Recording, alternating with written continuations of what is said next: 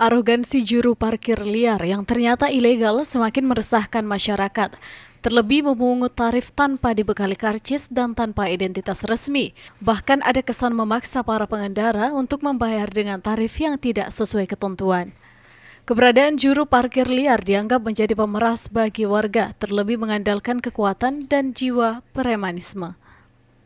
Merespon hal tersebut, PD Parkir Makassar Raya kini mendirikan posko pengaduan untuk menertibkan parkir liar, termasuk evaluasi atas layanan parkir yang ada di Kota Makassar. Posko pengaduan terletak di Jalan Mawas Kota Makassar.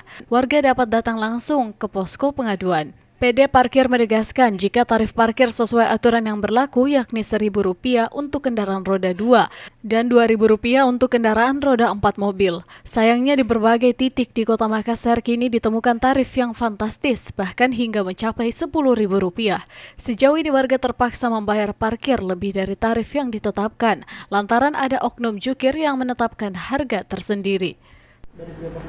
Supaya ada bentuk pengawasan kita. Contohnya yang di mal-mal kita bisa mengawasi perparkiran yang dikelola oleh pihak parkir swasta. Kedua, saya minta juga pemahaman tupoksi tugas pokok. Jadi sepeda kan pajak parkir. Kalau PD parkir tarif parkir yang harus dia punguti. Kan distribusinya Pak ini untuk motor bagaimana? Ada kan 1.000, 2.000 1.000 dari 2.000 1.000. Parkir motor 1.000. Ya? Parkir roda 4 yang 2.000.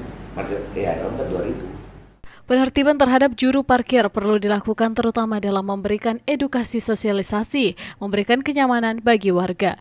Juru parkir yang biasanya menarik tarif melebihi di atas ketentuan diantaranya terdapat di Jalan Mapayuki, tepatnya di warung makan sekitar Samsat Makassar, Jalan Ratulangi, Jalan Alauddin, dan di depan toko. Terlebih saat ada event, maka area tersebut langsung menaikkan tarif parkir hingga Rp10.000.